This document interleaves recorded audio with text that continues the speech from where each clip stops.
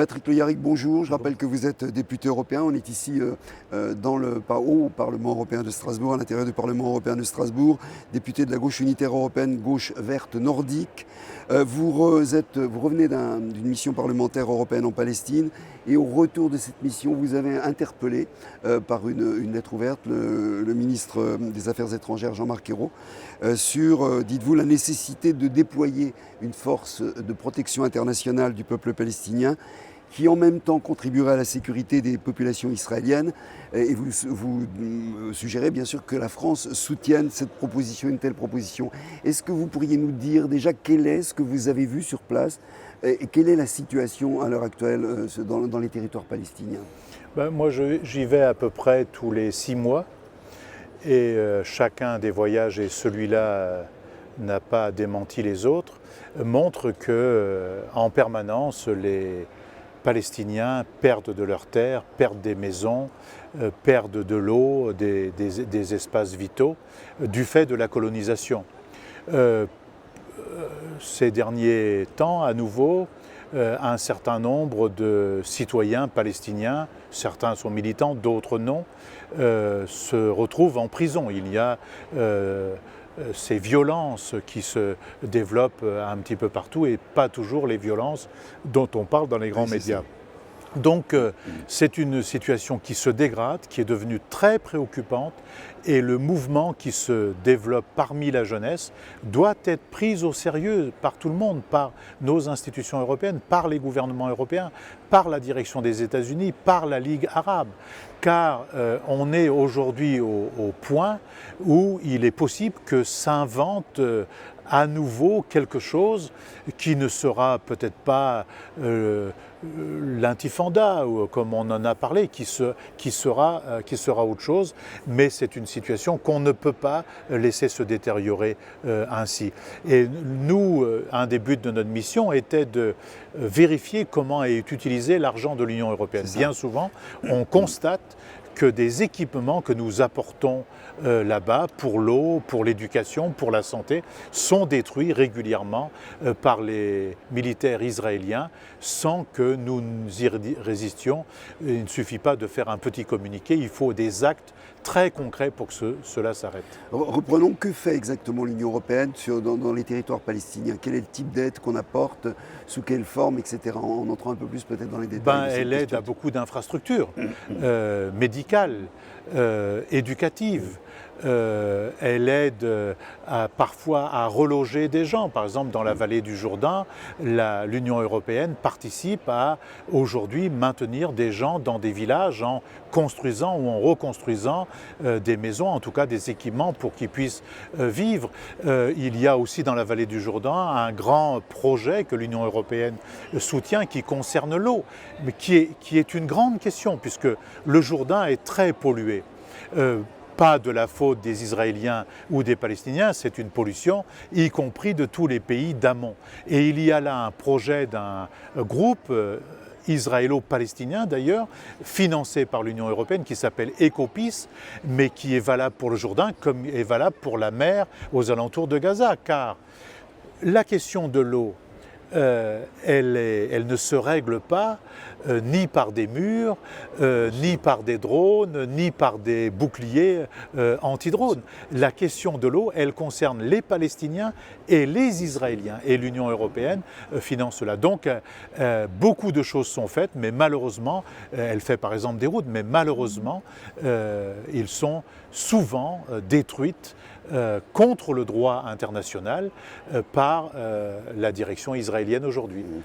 Est-ce que l'Europe, en dehors de ce rôle-là que vous venez de décrire, dont vous venez de décrire certains aspects, est-ce que l'Europe politiquement intervient dans la situation actuelle en Palestine et en Israël, dans le conflit israélo-palestinien? Je ne dis pas qu'il n'y a pas des délégations, je ne dis pas qu'il n'y a pas de dialogue, je ne dis pas qu'il n'y a pas de résolution que nous votions soit dans le Parlement, soit dans le Conseil européen, des résolutions positives, celles-là. Mais au fond, il faut aujourd'hui passer à des actes politiques très concrets. La colonisation elle est totalement contraire au droit international. Et si on veut respecter le droit international, il faut prendre des dispositions, et la disposition que l'Union européenne doit prendre aujourd'hui, à mon avis, c'est de suspendre l'accord entre l'Union européenne et Israël. Cet accord comporte un article 2 qui dit que dès lors qu'on ne respecte pas le droit, qu'on ne respecte pas la démocratie et les libertés, on suspend les accords. Cela a déjà été fait. On vient d'avoir un accrochage avec l'accord entre l'Union européenne et le Maroc. Pourquoi c'est valable dans ce cas? Pourquoi ce n'est pas valable dans le cas d'Israël? Pourquoi on est capable de mettre un embargo sur la Russie pour cause de désaccords? Et pourquoi il y a cette impunité vis-à-vis d'Israël? Donc il faut maintenant des actes politiques, sinon le reste, ça restera du blablabla. Alors, on l'a dit au début de cet entretien, vous avez adressé une lettre ouverte à Jean-Marc Ayrault. Quel est le but, quel est l'objectif, quel rôle peut jouer la France, justement? D'abord, la France n'est pas sans rien faire.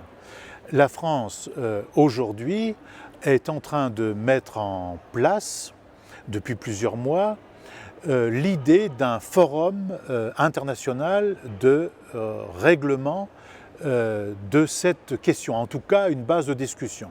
La méthode est le choix qui a été fait au moment de la discussion à propos du nucléaire iranien et à propos de la levée du blocus avec l'Iran, c'est d'essayer de trouver dans un premier temps 10, 12 ou 15 pays dans les pays européens, avec les États-Unis, avec la Ligue arabe, l'Égypte vraisemblablement au premier rang, pour préparer ce forum. Et évidemment, il faut que la direction israélienne l'accepte. Elle ne l'accepte pas aujourd'hui, mais je crois qu'il ne faut pas lâcher là-dessus. Secondement, il faut déposer au Conseil de sécurité des Nations Unies une résolution conforme au droit international qui aujourd'hui proscrit la colonisation. Il faut absolument aujourd'hui que le Conseil de sécurité réaffirme son droit, son propre droit international et dise nettement qu'on condamne la colonisation. Et ça, ce sont deux mesures immédiates. Et évidemment, moi j'ai ajouté l'idée que je défends depuis la guerre de l'autre été contre Gaza. Je dis qu'il n'y a pas de solution aujourd'hui. Si on ne protège pas, les Israéliens disent qu'ils sont menacés. Bon, mais très bien, mais prenons des dispositions pour les protéger. Mais les Palestiniens sont les premiers menacés, puisqu'on leur prend tout, on les met en prison. Et donc il faut une force de protection internationale. Moi, j'ai soulevé cette question auprès du ministre des Affaires étrangères, mais je vous souhaiterais que ça devienne une initiative internationale de telle sorte qu'on avance vers la résolution de ces problématiques si on en a la volonté politique. Car pour l'instant, on ne peut pas dire que de la manière dont ça se passe, il y ait de grands signes de volonté politique. Et il faut le faire rapidement, parce qu'il faut le faire avant l'élection du nouveau président nord-américain. Alors il y a bien sûr les volontés politiques dont vous parlez, il y a aussi, j'allais dire, la façon dont les gens eux-mêmes, dans cet espace, souhaitent vivre ensemble. Quel est l'état de l'opinion? Vous avez pu le sentir, ça, du côté palestinien bien sûr, mais en discutant aussi avec des Israéliens de cette question.